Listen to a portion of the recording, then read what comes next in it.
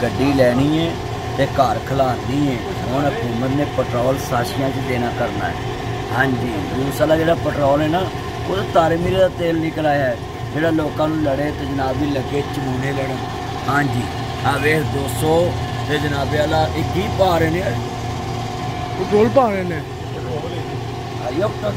नहीं सुपर ही इन्ने दा हो गया ना जी, 291 रेट हो गया कब 15 तरीक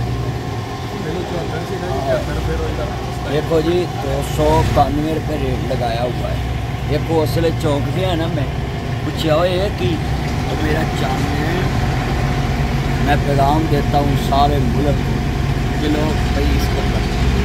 तो लोग कहते हैं जी नासर मदनी हूँ कितने हूँ पेट्रोल महंगा हो गया तो 150 वाला तुम बारे च नहीं सी, हूँ 290 वाला बारे तो 150 के किन्ने लिया वो ताटे जनाबे वाला तो लिया लीडर ने।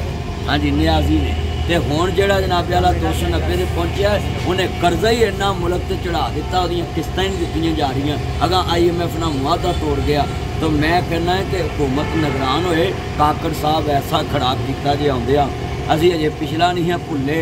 PDM के जनाब टोले ने जिहड़ा तेल महंगा किया तो तुसीं भी आउंदे ही खड़ा करता है। उल्टा कहा जी हुण असीं सबसिडी नहीं दे सकते।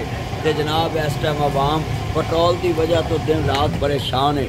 तो मैं सारे पैगाम देना है, अगर पाकिस्तान की आवाम के साथ कोई हमदर्दी है तो उनको रिलीफ दिया जाए। पेट्रोल महंगा होता तो हर चीज़ महंगी, डीजल महंगा तो हर चीज़ महंगी है।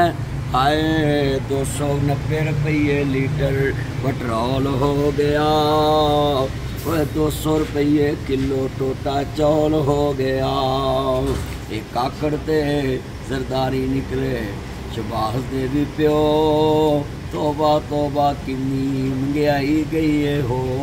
Thank you.